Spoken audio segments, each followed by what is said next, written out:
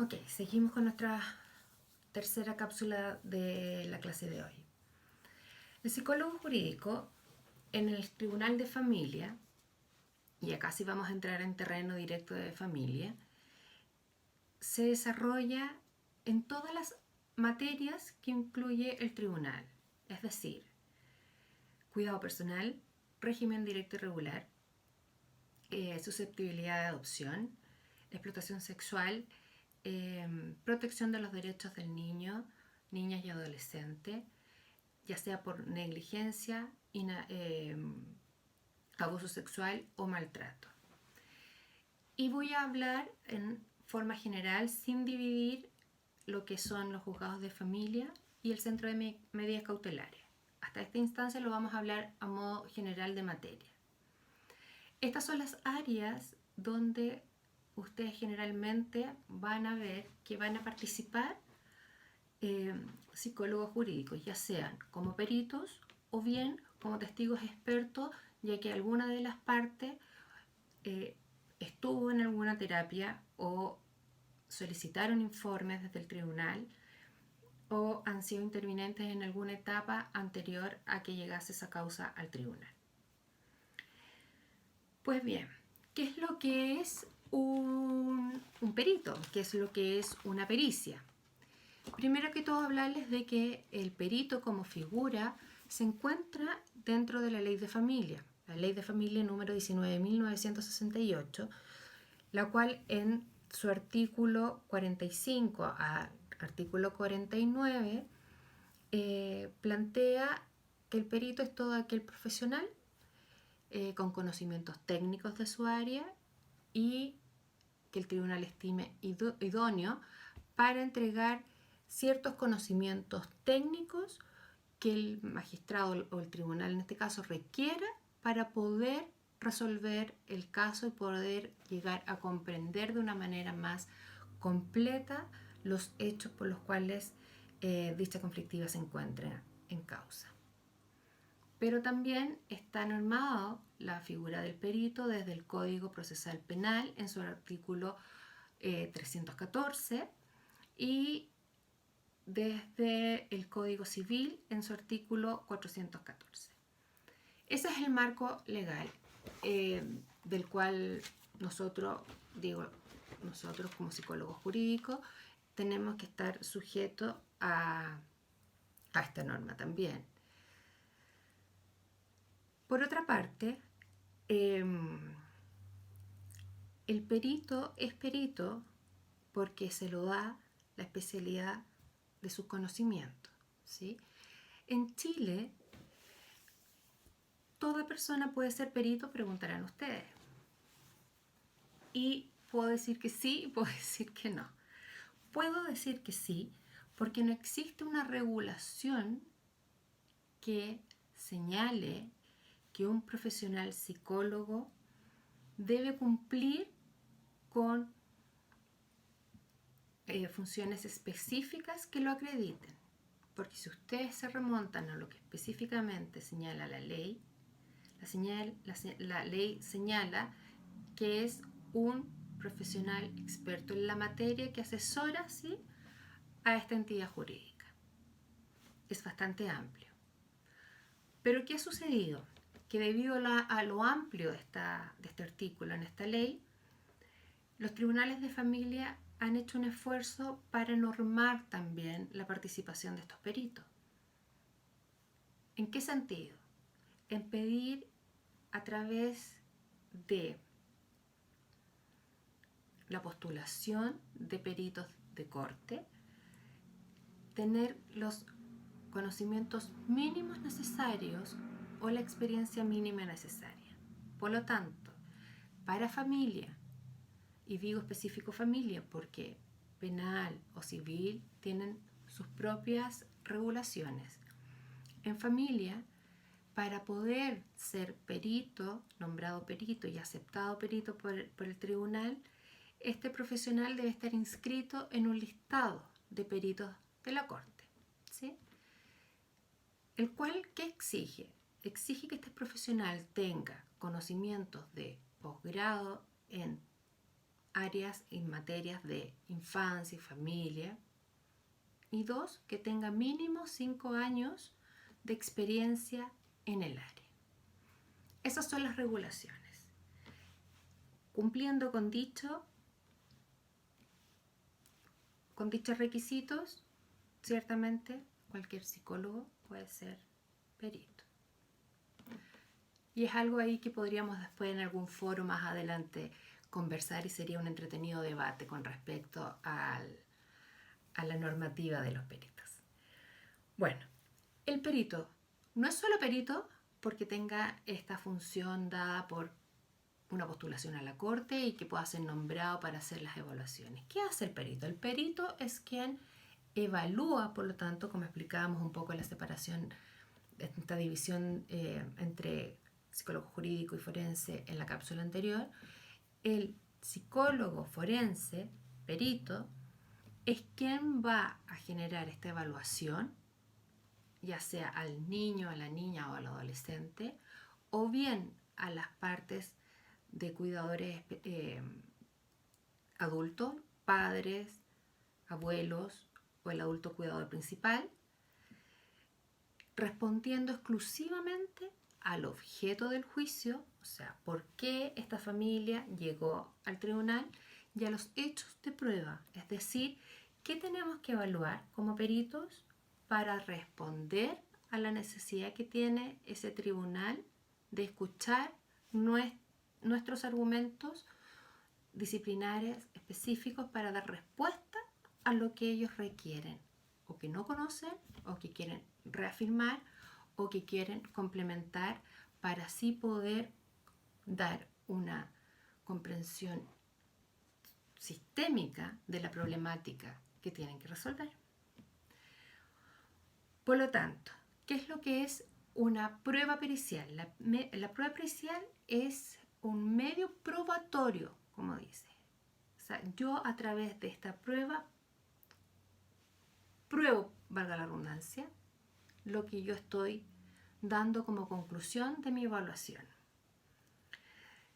Y respondo en base a hechos técnicamente complejos o sobre aspectos especializados de hechos determinados.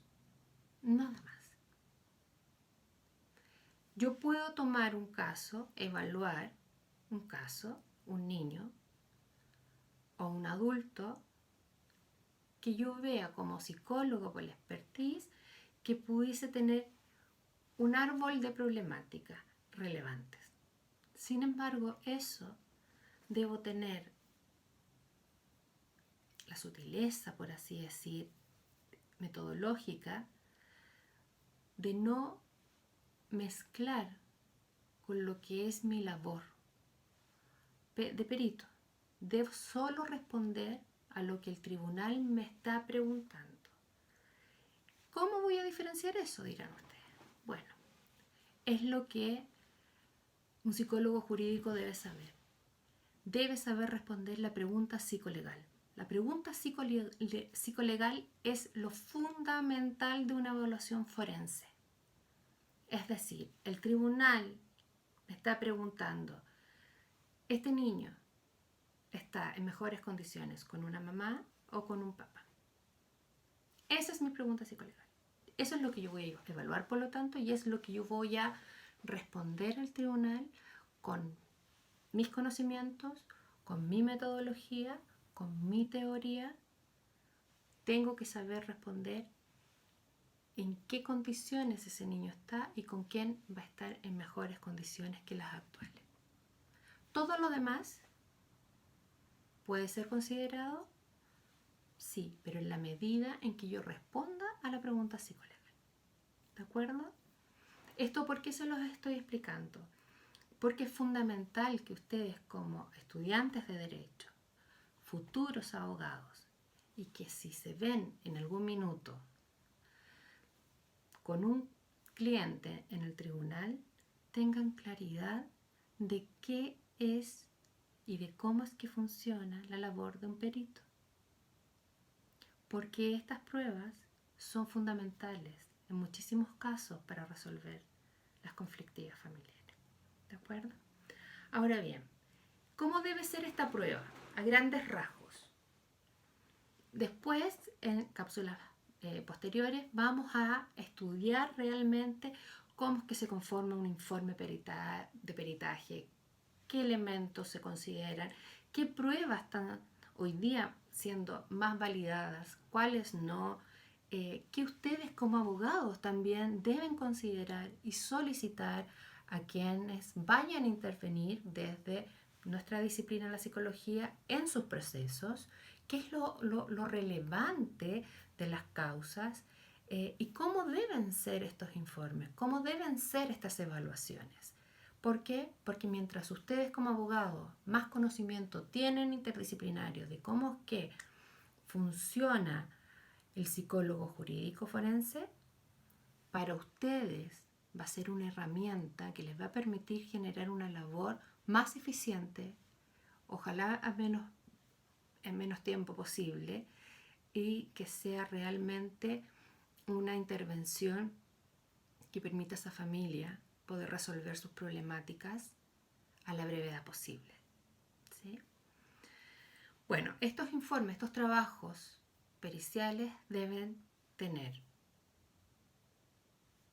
éticamente elementos sustanciales, que es la rigurosidad, fundamentarlos teóricas y metodológicamente en todas sus argumentaciones, ser objetivo, ser transparente y ser comunicado. ¿Sí? Yo tengo que poder expresar lo que yo estoy dando como opinión de una manera, con un lenguaje que permita que todos los intervinientes del proceso lo puedan entender. ¿Ok? Entonces el perito cumple un rol muy importante porque es quien puede llegar a conocer aquellas conductas que de otra manera quedan como un espacio negro, ¿no? Un espacio donde podrían entrar las conjeturas, las suposiciones, los prejuicios. Y eso es algo que ustedes como abogados debieran tener siempre muy claro a la hora de estar en un juicio en tribunales de familia. Cada juzgado funciona en base a los criterios y a la sana crítica de sus magistrados. Pero está en ustedes generar una labor con las personas que atienden y con las personas que representan que se ajuste a lo que ustedes éticamente saben que corresponde. Y creo que esto es fundamental. Parte de que yo esté con ustedes hoy día impartiendo este curso y que esté en el área psicojurídica desde que egresé yo del pregrado, radica específicamente en, con un granito de arena, desde mi área, perdón, aportar a sus análisis a la hora de poder estructurar sus demandas, sus respuestas de demanda, sus escritos, sus solicitudes. Ser abogado de familia no solo implica conocer la ley de familia, no solo implica conocer las metodologías de litigación más amplias en cuanto a herramientas conductuales y verbales para poder representarlos bien. No solo implica tener buenos contactos dentro del tribunal, no significa solo tener buenos clientes, no. Ser un abogado de familia significa que cada uno de los procesos que ustedes lleven a cabo sea pensado en los derechos de protección de las personas que están como intervinientes en esas causas. Significa que cada cosa y cada paso y cada decisión que se tome debiera ser fundada sin perder de perspectiva que hay niños, que hay niñas, adolescentes y que hay grupos de familia que lo están pasando mal, sea cual sea la situación.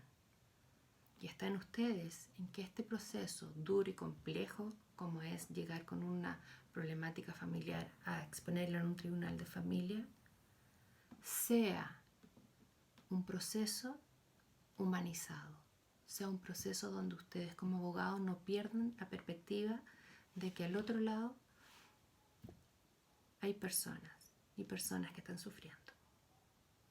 Así que bueno, les dejo hasta acá esta cápsula. Continuamos la próxima clase y en la próxima clase conversaremos con respecto a ya procedimientos más específicos en cada una de las materias del área de familia. Les dejo un abrazo y nos vemos la próxima.